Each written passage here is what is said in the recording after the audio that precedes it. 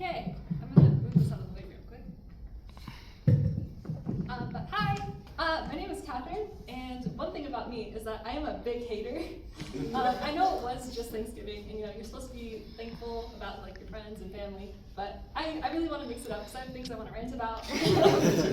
So there's a lot of things to rant about. 9 a.m. lectures, eating your vegetables. But for me, the one thing that I hate the most, and I'm going to rant about first, is two-factor authentication. So logging in with 2FA is a lot like dating someone that's really, really clingy and has trust issues. Like 2FA, he'll text me something, I'll confirm. He'll text me again, I'll confirm again, and then he'll text me again, and then I'll go to confirm, and then the code has expired. And it's like, okay, at this point, we're just playing games. I don't think you even want me to log in, you just want attention. The code has expired, and so have my feelings.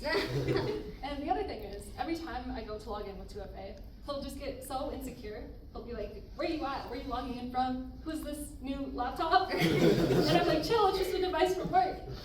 And so, if you don't trust me, maybe I should log in with someone else. Like my ex, password recovery. Password recovery, he actually took the time to get to know me. He would ask me all these deep personal questions, like, where'd you grow up? Tell me about your mother's pet. What's your mother's maiden name?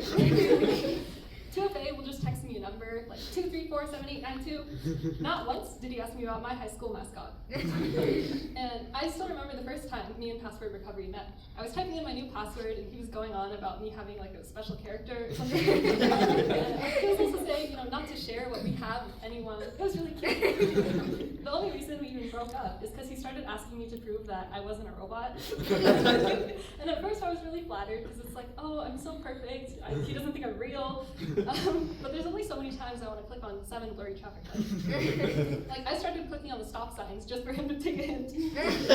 He never did, though, so I guess you could say he never fully captured my heart. So what I've decided is, between 2FA and Password Recovery, I'm probably better off being single. All I really need is myself and a button that says, keep me signed in. I do have to admit something to you guys, though. I actually did lie to you at the beginning of this set. There is one thing that I hate more than two-factor authentication, and that is needles. Like, I get really scared whenever I get like shots or vaccines. Although I guess both 2FA and vaccines are for your safety, but sometimes I wonder if it's really worth the trauma. For me, I do have really low pain tolerance, so I will cry pretty much every time I get a shot. Sometimes I'll actually faint. This has happened a few times. I would actually prefer to take an exam than to get a shot, because I may not pass the exam, but I won't pass out. To clarify, I am not anti-vax. I'm just a wimp.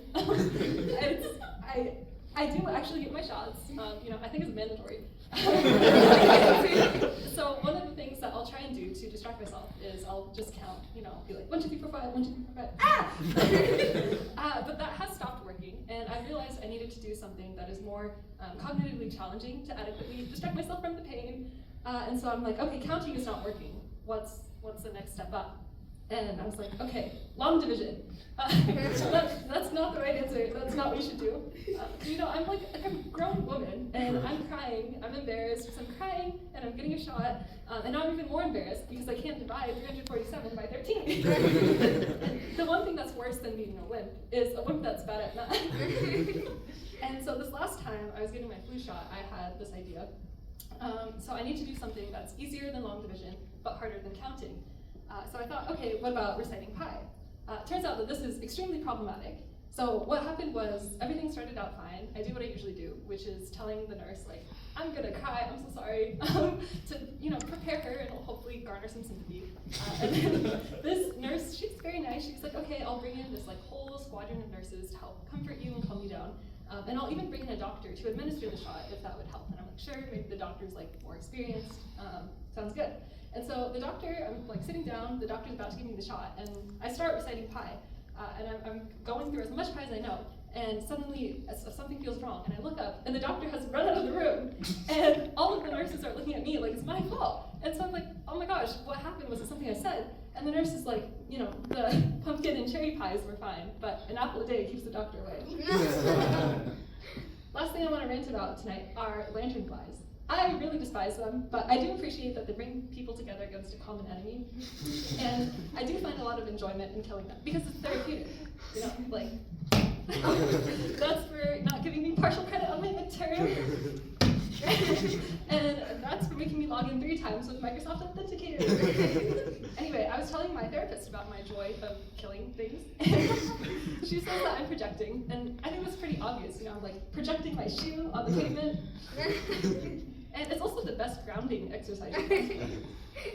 And not to brag, but at this point I have become somewhat of an expert assassin. My friends actually gave me this nickname.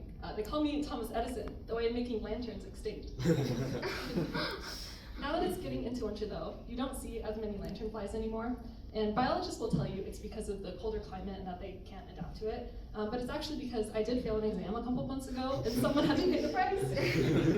My seasonal rage is also why you can expect lanternflies to come back in the summer after I haven't had a lot of exams and my quality of life is back. In the meantime though, you will see their egg masses, which look like these strips of dried oatmeal. They're usually on like a tree trunk or some other surface that those mother buggers decided to deface. Interestingly, I have noticed that people are a lot more enthusiastic about killing the adults than killing off the egg masses. And at first I was thinking maybe it's like too complicated, but it's really not. You just like, you can take a credit card and you just like scrape it off, maybe some rubbing alcohol, and then it's like, wow, you've performed 40 environmentally friendly abortions.